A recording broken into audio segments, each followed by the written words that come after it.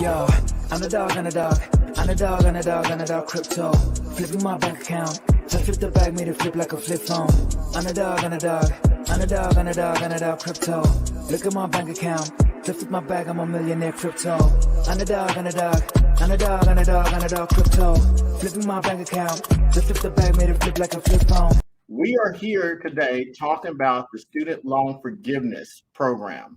And the Student Loan Forgiveness Program, for those who have been a part of it, has been very stressful for a lot of people. Today, I'm going to give you an update about what's going on. If you remember a few months ago, many people might have received this right here. Let me bring this up. All right. What it was the Department of Education sent out this rebuttal, and it basically says your status of your student loan debt relief application. Millions of people accidentally got this letter, which stated that they are not moving forward with their student loan forgiveness. And that threw a lot of people off. And it basically stated that because of litigation, that the student loan forgiveness program is at a pause. And that has been very disheartening for a lot of people. I need you to know, though, that that's not completely accurate. And I want you to understand there is two different things going on here. And let me explain what is going on. So let me take this off. So if you're thinking about the student loan forgiveness, then what we got to discuss is there are two different student loan forgiveness. It's very, very important you get this piece. If you are talking about student loan forgiveness and you're talking about the Biden promise, campaign promise, where if you have a Pell Grant, you can get up to $20,000 forgiveness. And if you make underneath $125,000, you can get up to $10,000 forgiveness. This is separate and different from the Public Service Loan Forgiveness Program. This is separate and different from the income-driven repayment forgiveness. These are separate. The lawsuit is only regarding the $10,000 and the $20,000. So you are still in the running right now. Your student loans can still be processed about the PSLF currently right now. Now, here's some things that you need to know about that. And I think it's important that you are aware of. So if you have good news, you can not worry about these student loans currently right now until August 30th of 2023. There is a pause on your student loans. Now, as long as there is a pause on the student loans, you're winning because you are getting these counted as payments toward your student loan forgiveness if you work for a public institution or a nonprofit organization. This is what we discussed in my previous webinar.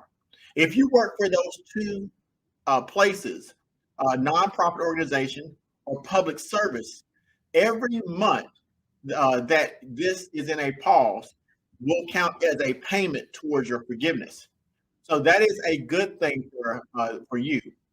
If you are not in a public service position or you are not in a nonprofit organization, then you don't have to pay right now. So you just stay put.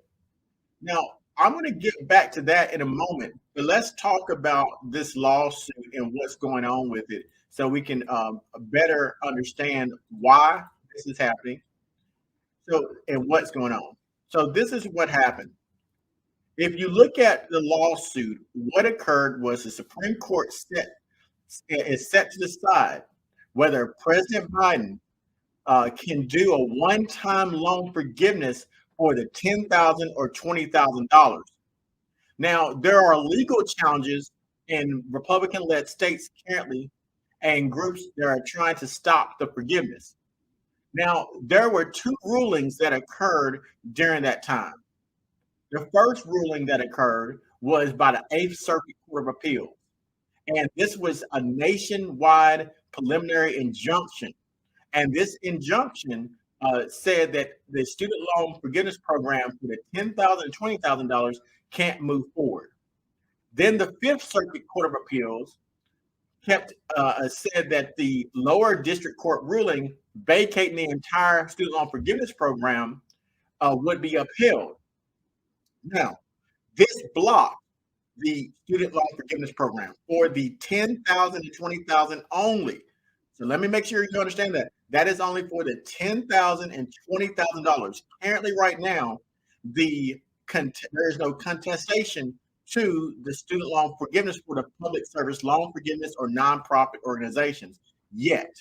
Now, in January, the Supreme Court has agreed to look into the appeal of both cases, and there will be oral arguments to take place. And so likely the court will have a formal ruling around June of 2023. Now, here's a few things I want to talk about. What can happen? What can happen with the 10,000 and 20,000? I want to make sure that you're separating these, because if you're focused on, oh man, it's not going to go forward anymore, then you're going to miss out on some opportunities that may come up. So right now, let's talk about the 10,000, 20,000, separating your mind on any thoughts of the student loan forgiveness, if you're a public service loan forgiveness, if you put it in that application, or if you're a nonprofit organization. So let's talk about the 10,000, 20,000. So bringing this up again with the 10,000, 20,000, here's the things that the three possible scenarios that happen. First scenario, the Supreme Court strikes down Biden's student loan forgiveness program. Now, if the Supreme Court decides to strike down the program, this is going to be a review of the Eighth Circuit Court's ruling from the Republican-led arguments of the program.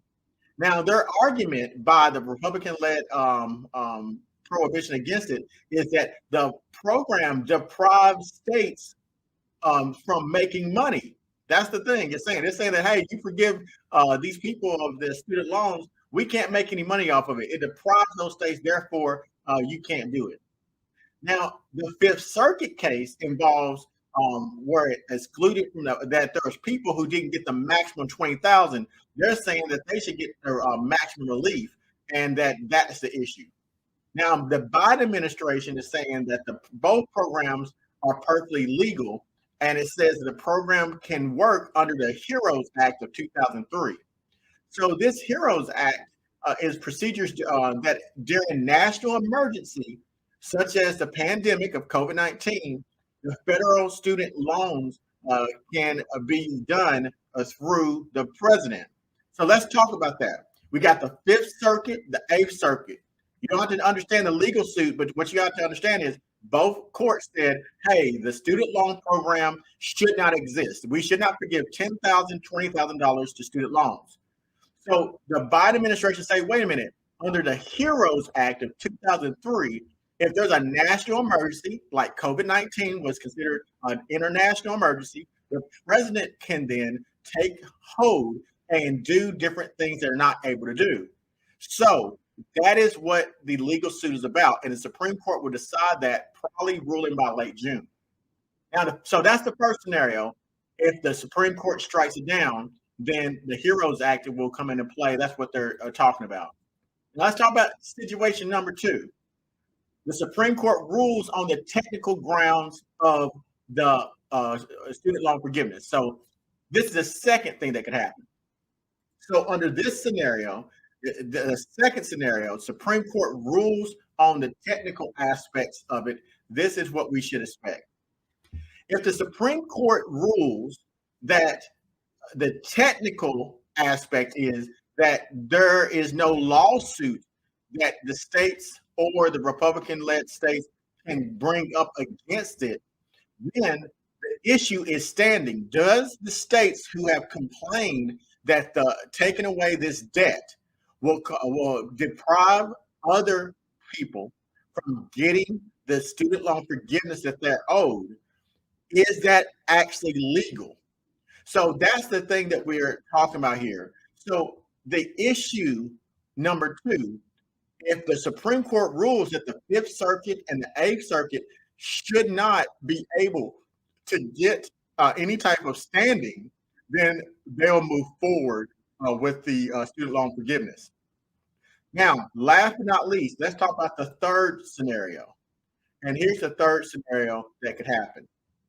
So in the third scenario, I'm going to jump to that. And you should be seeing that here momentarily. Here's the third scenario.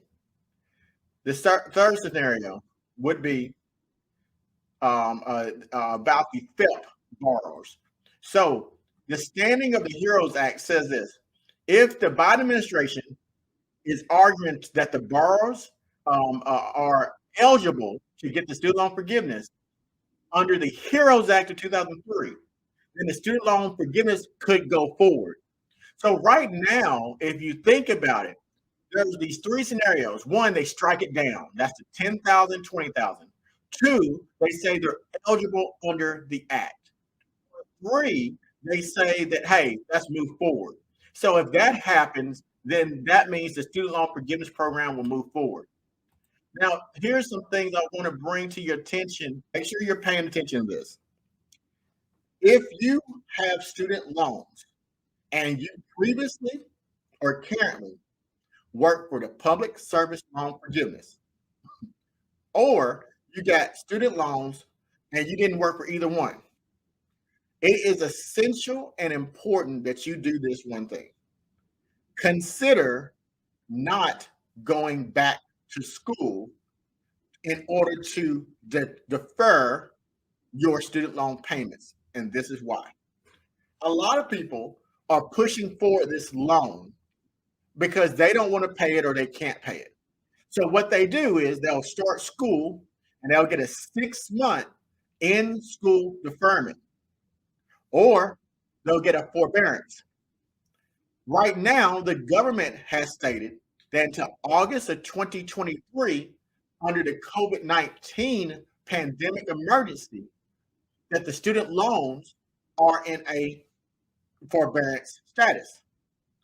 This is great because if you are in that status, every month that is in that status for public service loan forgiveness or for the IDR, income driven repayment forgiveness, counts as a payment. But if you go back to school to defer your loans, you're going to change your status from in school deferment that you would do from the current status, which is forbearance because of the COVID-19 emergency. If it's in an in-school deferment status, those do not count as payments. So let's do the math, folks. It's been in a deferment status for over 2 years now. Every month counted as a payment towards your forgiveness under both the IDR, Income Driven Repayment Program, and the PSLF waiver, Public Service Loan Forgiveness Program. So now we're in December. So we got December, January, February, March, April, May, June, July, August. That's 9 full months, unless the Supreme Court states that it has to come out of that status. That's 9 full months of payments getting you closer to forgiveness. If you start back school anytime before then, and I can't advise you, I'm just telling you what'll happen, then likely you will change your status from the COVID-19 forbearance to an in-school deferment. And if you have an in-school deferment, then what will happen is none of those months will count towards your forgiveness. That is what you need to know. So that is the two things I think is so important that you need to know. First thing that you got to remember is, one, do not take yourself out of this COVID-19 forbearance status. That's not advice, that is my thoughts about that. Because if you do, then those payments will not count. So every month that you're in this COVID-19 status, we got the two things: the income-driven repayment plan, and we have the public service loan forgiveness. If you don't work for public service loan forgiveness, then every month that you you don't work for a nonprofit, every month that you're in this COVID-19 status of forbearance, it counts as a payment. Folks, if you got 240 payments to pay off your loan and they're going to put 9 toward it, 10 toward it, 24 toward that payment, why would you mess with it? Do not start back school. That's a thought. I wouldn't. if you know that that is a payment toward forgiveness. Why keep the loan? Get rid of it.